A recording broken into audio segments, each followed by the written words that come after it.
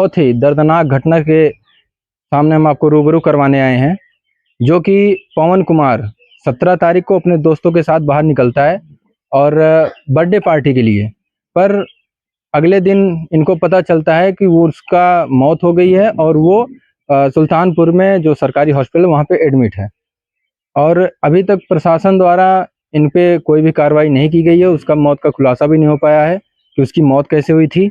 और हम आ गए उनके घर पे, हम बात करके हम सारी जानकारी आपके सामने लाते हैं। तो ये उनके भैया हैं, हम इनसे बात करते हैं इनके भाई के बारे में। अब अपना नाम बताओ। मेरा नाम अमन गौतम है।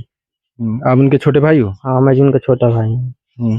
तो वो कहीं बाहर रहते थे या घर पे ही रहते थे? घर पे ही रहते थे, पढ़ाई करते थे। तो उनसे किसी से कोई जाति दुश्मनी वगैरह थी? नहीं, दुश्मनी तो वैसे नहीं थी। हाँ, अब उसको वही जानते हैं। तो उस दिन क्या हुआ था जब यहाँ से निकले थे वो? कुछ नहीं, तकरीबन 2:30 बजे वो आए, सुरजीत कुमार आए, उनको लेकर चले गए। बोले कि चलो, उनके नंद मतलब दीदी के नंद के घर बर्थडे पार्टी है, वहाँ गए वो। अब वहीं से वो क्या कर दिए पता नहीं। उसके बाद उसके एक दिन बाद 10 बजे फ़ोन करके बोले कि आओ, उनका एक्सीडेंट हो गया, सुल्तानपुर में है, वहाँ से रिफ़र कर रहे हैं लखनऊ के लिए। अब घर वाले गए तो वहाँ देखे कि इनका जो शव है वो मर्चरी हाउस में पड़ा है। तो कितने लोग गए थे साथ में? यहाँ यहाँ से तो लेकर एक ही लोग गए थे, लेकिन वहाँ सुरजीत के साथ तो 5-6 लोग हो गए फिर। नहीं, घर से लेके कौन गया था, उनका नाम क्या था? घर से सुरजीत कुमार लेकर गए थे। सुरजीत कुमार का घर कहाँ पे है? यहीं बगल में ही है। बगल में ही, पड़ोसी हैं मतलब? हाँ, कुछ 1-2 घर आगे है। मतलब आपकी गांव के हैं? हाँ, गांव के ही हैं, 5 लोग गांव के हैं। तो आपको पता है पवन और सुरजीत जो भी हैं उनका तालमेल कैसा था? देखिए, तालमेल ठीक था। वो जो सुरजीत है वो बाहर रहते थे, आते थे कभी, वो रहते थे 1-2 महीना, लेकिन तालमेल क्या है वो वही बता सकते थे भाई, हमको नहीं पता। अच्छा, तो बर्थडे पार्टी के लिए बता के निकले थे लेकिन वापस नहीं आए? वापस नहीं आए। ये लोग वहाँ पे कुछ बताए कि क्या हुआ था? कुछ नहीं बता रहे हैं। अच्छा, तो आपने एफआईआर वगैरह करवाया था? एफआईआर करवाने गए थे, पुलिस लिख ही नहीं रही थी। बहुत शोर सिफारिश के बाद उसके 10-20 दिन बाद 20 दिन बाद 6 दिसंबर को लिखी। कौन से थाने पे? गोसाईगंज थाना। तो मोतीपुर थाने वाले क्या बोले आपसे? मोतीपुर थाना वाले बोले कि जाओ, आपका काम वहाँ से होगा, यहाँ से नहीं होगा। अच्छा, ये लोग मोतीपुर थाने वाले आपका एफआईआर दर्ज किए ही नहीं? दर्ज नहीं किए। और गोसाईगंज वाले जो थे वो 15-20 दिन बाद? हाँ, 15-20 दिन बाद बुलाकर दर्ज किए। तो उनके ऊपर कोई प्रेशर पड़ा था जो 15-20 दिन बाद आपको बुलाए? घर वाले किए होंगे प्रेशर, हमको तो पता नहीं, हम तो स्कूल जाते हैं डेली। तो उस टाइम क्या बोले थे जब यहाँ पे गए थे आप अपने एफआईआर दर्ज कराने के लिए? तो उस टाइम पुलिस ने क्या बोला था? देखिए, वो तो पापा और बड़े पापा थे, वही बता सकते हैं, क्योंकि मुझे नहीं उतना पता है। तो जैसा कि आप भाई के मुख से सुन सकते हैं, पवन कुमार जो है 17 तारीख को यहाँ से निकले थे अपने कुछ दोस्तों के साथ बर्थडे पार्टी के लिए। पर उनको खबर मिलती है कि उनका भाई जो हॉस्पिटल में एडमिट है और उनको रेफर कर दिया गया लखनऊ। और इनका फैमिली जब वहाँ जाके पहुँचती है तो उनको मर्चरी हाउस मतलब पोस्टमार्टम हाउस जो बोलते हैं जिसको, तो वहाँ पे उनकी लाश मिली। और किसी को कुछ भी नहीं पता है कि उनकी मौत कैसे हुई थी। पुलिस द्वारा जब एफआईआर दर्ज नहीं किया गया, और इस सरकार में जो कि योगी सरकार है, इसमें बोला जाता है कि अगर अपराधी किसी एक चौक पे अगर किसी के साथ कुछ घटना करती है तो अगले चौक पे उसको गोली मार दी जाएगी। तो इस सरकार में अभी तक लगभग हो गए हैं 25 दिन, अभी तक इसकी खुलासा और इसका कोई कार्रवाई क्यों नहीं हुई? और ये उनके पिताजी हैं। तो आप कौन है? हम उनके बाबा हैं। अच्छा, बाबा जी हैं, हम इनसे भी बोलेंगे पवन के बारे में। तो आप पवन के बाबा लगते हैं? हाँ, बाबा लगे थे। तो कभी आपको बताया था पवन ने कि किसी से कुछ झगड़ा लड़ाई हुई है? ना, ये सब बात ना बता, लड़के पढ़त लिखत रहे ना, हमको उतना कोनो जानकारी ना रहेगी कहाँ जाता है इनका। तो आपको अपने जो नाती हैं उनका स्वभाव कैसा था? स्वभाव सब ठीक था, स्वभाव में कमी नहीं। उनकी माता जी ने बहुत स्वभाव ठीक था। गांव से पूछो कि हाँ उसका स्वभाव क्या था, पढ़ा लिखत रहा। हाँ, सभी। अच्छा, तो उनका स्वभाव भी गांव के द्वारा और उनके दादाजी के द्वारा बताया जा रहा है कि उनका स्वभाव भी बहुत अच्छा था, किसी से कोई जाति दुश्मनी या किसी से लड़ाई झगड़ा उनका नहीं था। और ये उनकी माता जी हैं।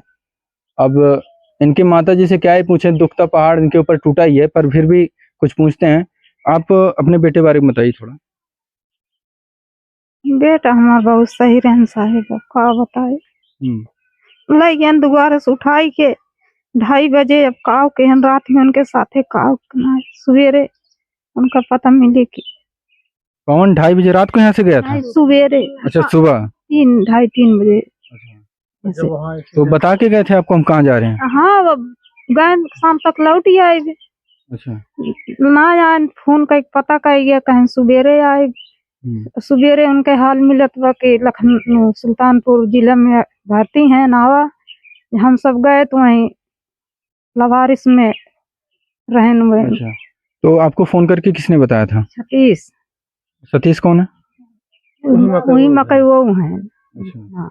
मतलब उनके इन्हीं के साथ वो भी गए थे? हाँ, नहीं साथ गए घर। उन्होंने आके कॉल करके क्या बताया, मतलब एक्सीडेंट हुआ है, क्या हुआ है? कहन की आइए यहाँ से रिफर कर रहे हैं तो लखनऊ डॉक्टर जल्दी आइए, तो सब जात गए। और रात 10-11 10:30 या 11 के बीच में एक कांड हुआ था। उन्होंने फोन नहीं बताया करके हम वहाँ गए, पूछे क्यों नहीं फोन किया, कहे हमारे पे स्विच ऑफ रही। हम कहे सबके मोबाइल स्विच ऑफ है रही, जब स्विच ऑफ रही तो कैसे लगाई दे। फिर जब उनका एक्सपायर हो गए तब फोन किए, उसके पहले नहीं फोन किया। उनको चोट कहाँ कहाँ लगी थी? उनका चोट यहाँ लगी थी, सीने में ज्यादा लगा था और पैर में लगा था, सर पे, सीने पे और घुटने में। हाँ। और वो किससे गए थे? बाइक से गए थे या किसी से गए थे? अब बाइक में खरोच ना आए। बाइक में खरोच भी नहीं आई थी? मौके उनके घरे बाजी के है बाइक। तो उन्होंने ये बताया ना कि मतलब एक्सीडेंट जो हुआ है वो किससे हुआ था, किसी बाइक से, ट्रक से, गाड़ी से? बता बोलेरो से भा पड़ेगा। ये लोग वहां गए लेकिन FIR दर्ज वहां पे भी नहीं हुई, और किसी कारणवश ये लोग वहाँ, इनके द्वारा बताया गया मुझे भी कि लखनऊ गए थे उनके, और दरोगा के पास नोटिस आई है। तो लगभग 6 तारीख या 4 तारीख में उनका FIR दर्ज किया गया। लगभग 15 दिन बाद, 15-20 दिन बाद उनका FIR दर्ज हुआ। 20 दिन बाद, आप इस बात को ध्यान से सुनिएगा, 20 दिन बाद मर्डर या एक्सीडेंट जो भी होता है, ये होता है 17 तारीख को, लेकिन उनका जो FIR दर्ज होता है वो 4 या 6 के बीच में होता है। ये सबसे बड़ी दुखद की बात है कि इस सरकार में इतना सब कुछ हो रहा है। गए थे बर्थडे पार्टी में, उसका भी कुछ पता नहीं चल रहा है कि किसके बर्थडे में गए थे और कहाँ गए थे, वो भी स्थान अभी तक उसका भी खुलासा नहीं हुआ है। तो उन्होंने बताया नहीं कि कहाँ गए थे? नहीं बोल रहे हैं गाँव का मालूम ही नहीं है, गाँव का नाम नहीं, गाँव का पता ही नहीं है। रिश्तेदार गए थे। हाँ। ये तो बताए थे ना कि मैं बर्थडे पार्टी में ही गए थे हम लोग। बोल रहे हैं, हम बोले किस गांव में गए थे, बोले हमको पता नहीं है किस गांव में गए थे। ये भी नहीं पता कि कहाँ गए थे, किसके घर पे गए थे रिश्तेदारी, उनको रिश्तेदारी नाम नहीं पता।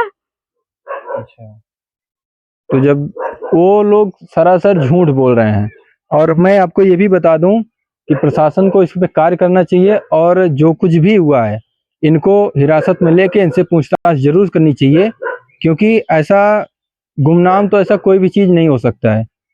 सब कुछ इनके जो जवाब दे रहे हैं, इनसे जो पूछा जा रहा है, ये जो भी अभी तक बता रहे हैं, ये सारे के सारे झूठ बोल रहे हैं। इनका एक भी बात, 5 के 5 लोग एक भी बात नहीं बोल रहे हैं। सारे के सारे जो हैं अपना एक्सीडेंट का जो रूप है वो भी गलत ही बता रहे हैं। कोई बोल रहे हैं ट्रक से हुआ था, कोई 4 व्हीलर से हुआ था, कोई बोल रहे हैं पेड़ से लड़ गए थे। लेकिन सबसे बड़ी बात ये है कि अगर वो तो गाड़ी अकेले चला नहीं रहे होंगे, उनके साथ कोई ना कोई तो जरूर रहा होगा। अगर इनका एक्सीडेंट होता है और इनकी मौत हो जाती है, तो इन लोगों को किसी ना किसी को तो खरोच तो आनी चाहिए थी। लेकिन सबसे बड़ी बात यह है कि जिस गाड़ी से एक्सीडेंट ये लोग बता रहे हैं, उसका खरोच भी उस गाड़ी पे नहीं आया है। अगर किसी की मौत हो जाती है एक्सीडेंट में, तो गाड़ी तो कुछ ना कुछ तो टूटी फूटी ही, लेकिन ये भी खुलासा अच्छे से नहीं हो पाया है। तो मेरा यही है पुलिस प्रशासन से कि इस पे सख्त सख्त कार्रवाई की जाए, और जो भी इसके पीछे हैं उनको पकड़ा जाए, और इन सबको इंसाफ मिलनी चाहिए। धन्यवाद।